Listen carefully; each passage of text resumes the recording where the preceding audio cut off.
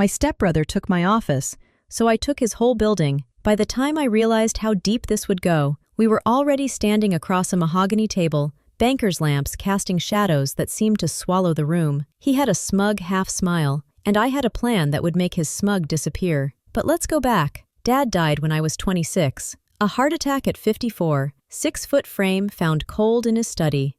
No warning, no goodbye, just silence. My mother remarried a man named Garrett. He was kind, generous, and he'd lost his wife too. But he had kids, Alex, 17 at the time, and older steps, girl I barely knew, in college somewhere. I was the black sheep, the one who dropped out of law school to freelance, who traveled for months on end, who started a small marketing consultancy that just barely paid the rent. Mom and Garrett welcomed that, tried to build a new family, and for a while, it worked. By the time I hit 30, I'd landed a mid-level corporate gig, digital campaigns for banks. Not my dream, but solid. I rented an office downtown, small, but professional. That became my place. Garrett's email arrived that morning. Subject: Office Update.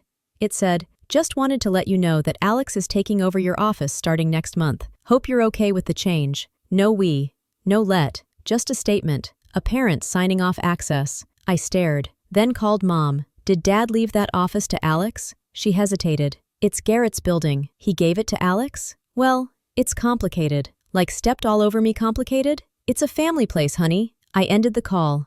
No tears, just a slow burn. I parked my car in front of the building that afternoon. I stared at the window of my old office. The sign still said L. Monroe Consulting, but inside I saw cardboard boxes, party balloons, pink ribboned everything. I went in. Garrett met me in the lobby. "Hey," he said. "I know this is a change." "It's my office," I said. Calm. He paused. "It's the building. They changed the locks. We're all starting fresh." By erasing me, he looked away. That night, I sat on my old couch, the one I'd hoped to retire with. I'd built everything I had, my reputation, my clients, my dreams. 2 months later, the eviction notice came. Discontinued lease. Please vacate. They'd taken the company Mia and I built. All those hours, all those nights, they expected me to smile. They didn't know me. They thought I would walk away quietly. They thought wrong. What they didn't realize, what they never even thought to ask, was what I'd been doing for the past year. See, the digital agency gig? That was the public face. The real work? Consulting, acquisitions, private brand turnarounds. Not flashy, but lucrative. By the time Garrett gave my office to Alex, I had contracts with 2 investment groups and a standing deal with a commercial realtor who owed me a favor, a big one. So, I made a call. "Remember that offer you made 6 months ago?" I asked Jason, my realtor contact. "About the Monroe Row? The one across from the plaza?" "That's the one. Still available?" "Under contract, but shaky. Why?" "I want it. Full offer? Cash. Just one condition." The next week, I wore black again, walked past my old building, past the one my stepbrother now owned, into the cafe across the street, sat by the window, ordered espresso, and waited. 3 minutes later, Garrett and Alex walked out of their building. I watched them stroll down the block, then turned to the notary sitting across from me. "Let's do it," I said. I signed the paperwork, transferred the wire, and just like that, I owned the building across the street. Not just any building, the one Alex had spent the last 2 months trying to buy. He wanted to expand, make it a full production studio. His vision, I'd heard him call it. Too late, I bought it out from under him, with a single phone call. But that was just the first move. Next, I hired the best design firm in town, told them I wanted glass,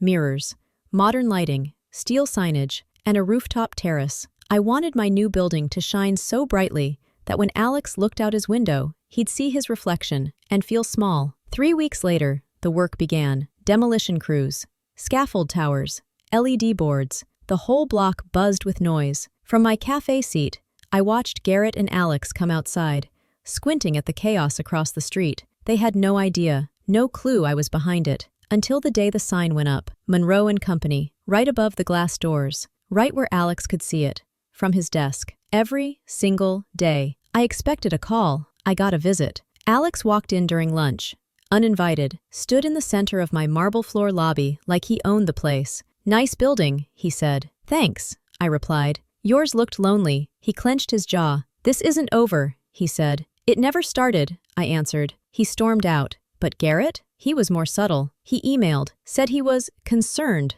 about the tension in the family, that he never wanted things to escalate, and that maybe we should all sit down. I replied, happy to talk, but I bring my lawyer now. Never heard back. Then came the day Alex made his mistake. He filed a permit with the city to expand into my alleyway. He thought it was public space. It wasn't. I had quietly bought that strip too, so I blocked the permit, filed an injunction, and when he tried to appeal, my team sent us. He was boxed in by me. Alex went quiet for a while after that. Garrett too. I expected retaliation, a legal threat, maybe a veiled attempt at a buyout, but nothing came. Until one morning, a knock at the door of Monroe and Company. I opened it to find Garrett standing there. No smile, no smugness, just tired eyes and a leather portfolio in his hand. I'd like to talk, he said. I let him in. He didn't sit. He just paced the edge of the marble floor, like someone trying to remember where they stood in a house they used to own. I didn't think it would come to this, he said. It didn't have to. You've made your point. Which one? He looked at me. That you're not someone to push around.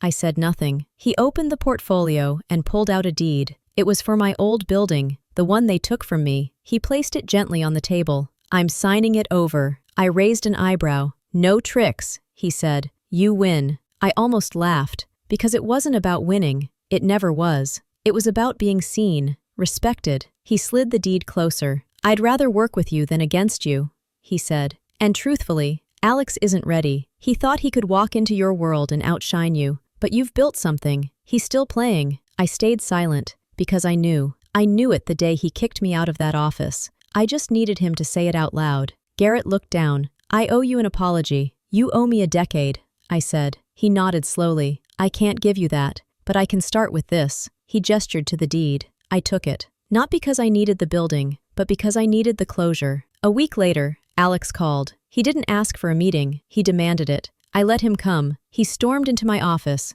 my real one this time, on the 12th floor of my building, with floor-to-ceiling views of the city. He slammed a folder down. This is war, he said. I opened it. Legal paperwork. Half-baked threats. A desperate attempt to claim some right to the alley I legally owned. I pushed it back. You don't scare me, I said. I should. You don't. He laughed bitterly. You're just a brand, and you're just bitter. His face twisted. All this? Because of an office? No, I said, standing. Because of disrespect. He stepped back. You don't get to erase people, Alex. You don't get to steal space and call it progress. I worked for what I built. You tried to inherit what you didn't earn. His voice cracked. I just wanted to be taken seriously, then start acting like someone worth taking seriously. Silence. Even when it hurt, especially when they wanted me gone. At the next family dinner, they asked me to sit at the head of the table. Garrett raised his glass and toasted, to the one who showed us what leadership actually looks like. Alex stayed silent, but when he passed the salt, his hands didn't shake. There was something in his eyes I hadn't seen before. Not resentment, not jealousy, but maybe, finally, understanding. I kept both buildings. The old one I turned into a nonprofit co-op for small creators. The new one? That became my legacy. Not built from revenge, but from remembering who I was before they told me I was nothing, and reclaiming her, brick by brick. Sometimes the sweetest revenge isn't loud. It isn't cruel. It's calm, measured. It's showing up, building taller, and making sure the ones who tried to bury you see the garden you've grown every single day. Subscribe for more dark, faceless storytelling, and tell me, what would you do if someone took what you built and handed it to someone who hadn't earned it?